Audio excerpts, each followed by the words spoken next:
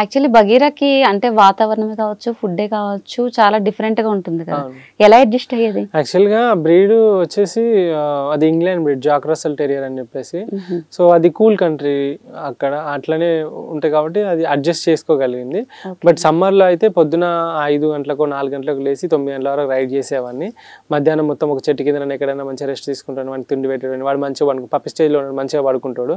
సాయంత్రం మళ్ళీ 4:30-5 కాగానే మళ్ళీ సైకిల్ ఎక్కేసి రాత్రి 9-10-11 గంటలకు దొరుకుతాను. వానికి ఎండ తాకకుండా ఎండాకాలంలో. వన్స్ ఎండాకాలం అయిపోయిందంటే ఇక చలికాలం అంటే వాడికి చాలా ఖుషి. వాడు చలికాలం అంటే చల్లగా ఉంటే మంచిగా ఫుల్గా మంచిగా పడుకుంటాడు. ఇక వానాకాలం వచ్చినప్పుడే వాడి కేజ్ ఉంటుంది, వాడి వెనక బెడ్ ఉంటుంది కదా, దానిపైన మొత్తం వాటర్ పడకుండా రెయిన్ కవర్ తోటి మంచిగా నీట్గా కప్పేటోడిని. సో దట్ నేను తడిసినా ఎవరు తడిసినా వాడి కేజ్ వాడు మాత్రం తడవకపోయేటోడు అన్నట్టు. సో ఇట్లా జాగ్రత్తలు తీసుకొని వెళ్ళాడు. ఓకే, ఎలా క్యారీ చేసేవారు ఇదంతా కూడా? అంటే మీ జర్నీ థింగ్స్ అలాగే బగీరాని కూడా క్యారీ చేసుకుంది. సో యాక్చువల్గా ప్యానియర్ బ్యాగ్స్ ఉండేటివి, front to back to, and ఇట్లా 4 ప్యానియర్ బ్యాగ్స్ ఉండేవి. ఒక బ్యాగ్, పెద్ద బ్యాగ్, 20 లీటర్ల బ్యాగ్. 20 లీటర్ల బ్యాగ్ లో మొత్తం వాడి ఫుడ్, వాడికి సంబంధించి పెట్టేటోని. ఇంకో దానిలో మొత్తం నా బట్టలు అవి పెట్టేటోని. ముందర మొత్తం గ్యాస్, గిన్నెలు, గ్రాసరీస్ పెట్టేటోని. ఇంకా ఇటు సైడ్ టూల్ కిట్స్, ఏమైనా సంబంధించిన కెమెరాస్ అవి ఉంటే అవి పెట్టేటోని. వానికి ఒక స్టీల్, రాజమండ్రిలో అనుకుంటా, విజయవాడలో అనుకుంటా, విజయవాడలో ఒక స్టీల్ మంచిది ఒకటి బెడ్ లాగా చేయించిన, దానిలో చేయించి విశాఖపట్నంలో ఒక మంచి బెడ్ కొనేసి అందులో పెట్టేసి తీసుకెళ్ళి. ఓకే, ఇప్పుడు ఈ సైకిల్ క్యారీ చేయగలిగేదా? ఇంత లగేజ్ కదా మీరు అండ్ బగీరా, ఈ లగేజ్ అంతా కూడా క్యారీ చేయడానికి నార్మల్ సైకిలేనా? అది నార్మల్ సైకిల్ కాదండి, అది ఒక ఫూజీ జారీ 2.0 అని చెప్పేసి, అది జపనీస్ బ్రాండ్. సో అది అల్యూమినియం ఫ్రేమ్ తోటి ఉండేది. కానీ అది వెస్ట్ బెంగాల్లో నేను చెప్పాను కదా ఏనుగులప్పుడు, అప్పుడు విరిగిపోయింది అది అక్కడి వరకు. ఇంకా తర్వాత దానికి అట్లా ఇట్లా వెల్డింగ్ ఇట్లా చేయించి దాన్ని సెట్ చేసిన. బట్ ఆ రైడ్ వరకు ఆ సైకిల్ ఉన్న తర్వాత చేంజ్ చేసిన ఇప్పుడు. ఓకే, వెస్ట్ బెంగాల్లో చేంజ్ చేశారు?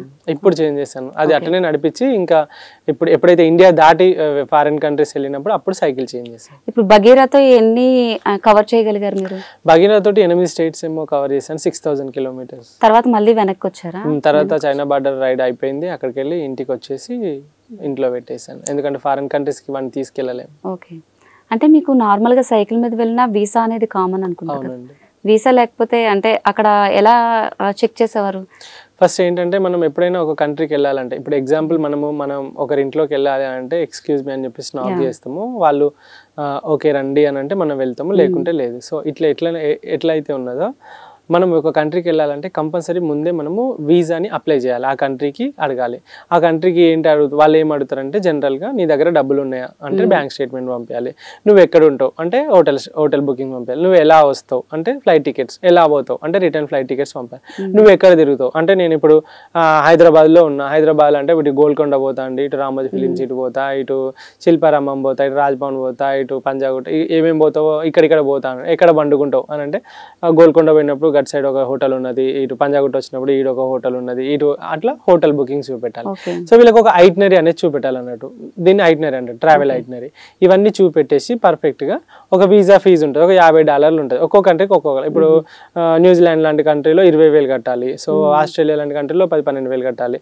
ఇట్లా ఒక్కొక్క కంట్రీకి ఒక్కొక్క ఫీజు అంటుంటాయి. ఆ ఫీజు మనం పే చేస్తే వాళ్ళు వెరిఫికేషన్ చేసి పర్సన్ జెన్యూన్ అయినా కాదా, ఇతను వచ్చి మళ్ళీ పోతాడా లేదా అని చెప్పేసి, ఒకవేళ వాళ్ళకి ఇష్టం అనిపిస్తే ఇస్తాడు, వీసా ఇస్తాడు. ఈ వీసా అనేది ఎట్లా ఇస్తారంటే ఒక్కొక్క కంట్రీకి ఒక్కొక్కటి ఉంటుంది. ఇప్పుడు కొన్ని కంట్రీస్లో 30 రోజులు ఇస్తారు, కొన్ని కంట్రీకి 90 రోజులు ఇస్తారు, కొన్ని కంట్రీకి 60 రోజులే ఇస్తారు, ఒక కంట్రీకి లైక్ డిపెండ్స్, ఒక్కొక్క కంట్రీకి 10 సంవత్సరాలు ఇస్తారు. యూఎస్ లాంటి కంట్రీస్లో ఒక 10 సంవత్సరాలు ఇస్తారు. అట్లా ఆ కంట్రీకి వెళ్ళాలి, మనం పని చేసుకోవాలి, బయటికి వెళ్ళాలి. ఇప్పుడు మీరు పని మీద కాదు కదా, ఒక ట్రావెలర్గా వెళ్తున్నారు.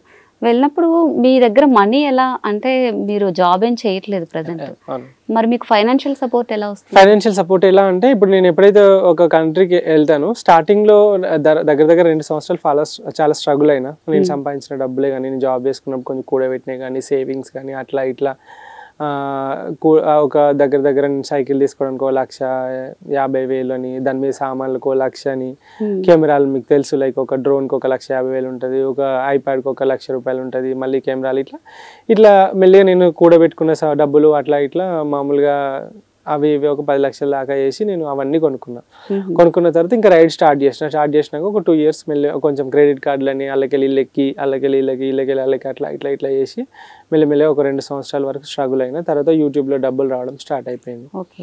సో మెల్లిమెల్లిగా డబ్బులు స్టార్ట్ అయినాయి. వచ్చిన తర్వాత ఇంకా ఇండియా వరకు అయితే పెద్ద ప్రాబ్లం ఏం కాలేదు. ఈ 2 సంవత్సరాలు ఇండియాలో ఇదంతా చేశాను. ఎప్పుడైతే ఫారెన్కి వెళ్ళడం స్టార్ట్ చేసినో ఆ కంట్రీలో ఉన్న మన తెలుగు వాళ్ళు కానీ స్టే ఇవ్వడం కానీ, ఇప్పుడు మనకు పడుకోవడానికి ఒక హోటల్ తీసుకోవాలి, ఒక ఎంత లేదన్నా 1000, 1500, 2000, 3000, పెద్ద కంట్రీ అయితే 5000 అట్లా అవుతుంది.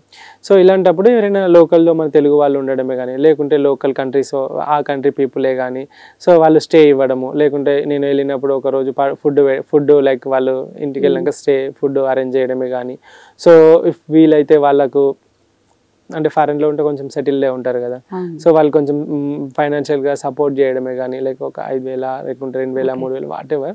సో యాక్చువల్లీ ఇప్పుడు సపోర్ట్ అంటే గుర్తొచ్చింది, అన్వేష్ ఉన్నారు కదా, ఆయన కూడా మీకు ఫైనాన్షియల్ సపోర్ట్ ఏదో చేస్తారని విన్నాను. చేశారు. అంటే లైక్ వియత్నాంలో ఇనిషియల్ డేస్లో ఎప్పుడైతే వియత్నాం నుండి నేను వెళ్తా ఉంటే ఒక లైక్ మంత్లీ ఒక 5000 అట్లా ఒక 5 months ఇచ్చారు. Okay, 5 months. ఓకే, అది నాకు కొంచెం లైక్ అరౌండ్ ఒక 3-4 days కన్నా లైక్ హెల్ప్ అవుద్ది కదా. ఓకే. ఇప్పుడు మీరు నార్మల్గా వేరే వేరే స్టేట్స్ కావచ్చు, లేదంటే వేరే దేశాలు కావచ్చు, ఇలా జర్నీ చేసేటప్పుడు లాంగ్వేజ్ కూడా ప్రాబ్లం అవుతుంది కదా, మరి మీరు ఎలా ఫేస్ చేశారా? సో ఎప్పుడైతే మనము ఇంగ్లీషు యాక్చువల్గా ఇంగ్లీష్ ఏదైతే ఉందో వస్తే చాలు ప్రపంచం అంతా తిరగొచ్చు అని చాలా మంది అనుకుంటాం. బట్ ఇంగ్లీష్ వస్తే ప్రపంచం అసలు తిరగలేము మనం. ఎందుకనంటే ఇంగ్లీష్ మాట్లాడే వాళ్ళు సిటీలో మాత్రమే ఉంటారు. అది కూడా వాళ్ళు కూడా చాలా తక్కువ ఇంగ్లీష్. సో ఇప్పుడు చెప్పాలంటే నేను అదే అనుకున్నా, ఇంగ్లీష్ తోటి మనం మేనేజ్ చేయొచ్చు కదా అని చెప్పేసి. శ్రీలంకకి వెళ్ళాను. ఇప్పుడు రూరల్లో వెళ్తాము, అసలు వాళ్ళకి విలేజెస్లో ఇప్పుడు మన దగ్గర కూడా విలేజెస్కి వెళ్తే మనం విలేజెస్లో వాళ్ళతో ఇంగ్లీష్లో మాట్లాడితే వాళ్ళకి అర్థం కాదు. ఫస్ట్ థింగ్ కమ్యూనికేట్ కూడా అవ్వలేము. సో ఇట్లా ప్రతి కంట్రీలో ఇప్పుడు వియత్నాంలో వాళ్ళకి సపరేట్ లాంగ్వేజ్ ఉంది, థాయిలాండ్లో వాళ్ళకి, మలేషియాలో, చైనాలో, జపాన్లో అన్నిట్లలో వాళ్ళ సపరేట్ లాంగ్వేజ్ ఉంది. ఇంగ్లీష్ మాట్లాడడానికి ఏదైనా సిటీలలో వర్కౌట్ అయ్యేది. కానీ నేను ఎప్పుడు రైడ్ మొత్తం రూరల్గా పల్లెటూర్ల దగ్గర లైక్ బ్యాక్ రోడ్స్లలో వెళ్తాను కదా, అసలుకి అవ్వపోయేది. అలాంటప్పుడు ఏం చేసినా గూగుల్ ట్రాన్స్లేటర్ అని ఒక యాప్ ఉంటుంది. ఈ గూగుల్ ట్రాన్స్లేటర్లో మన తెలుగు లేదా మన ఇంగ్లీష్ పెట్టుకుని నేను ఇంగ్లీష్ పెట్టుకొని ట్రాన్స్లేట్ ఆ లాంగ్వేజ్కి పెట్టేటండి, ఏ కంట్రీలో ఉంటే ఆ కంట్రీకి. సో నేను ఇక్కడ మాట్లాడింది అది ట్రాన్స్లేట్ అయ్యి వాళ్ళకి వినిపించేటండి. ఒకవేళ వాళ్ళు ఏమైనా చెప్పాలి అనుకున్నప్పుడు వాళ్ళ లాంగ్వేజ్ పెట్టేసి మాట్లాడి తర్వాత అది నేను వినేటండి. సో ఇట్లా చాలా. అంటే మీరు ఒక ప్లేస్కి వెళ్ళేటప్పుడు అక్కడ ఏ లాంగ్వేజ్ యూజ్ చేయాలి అనేది తెలుసుకుని వెళ్తారా?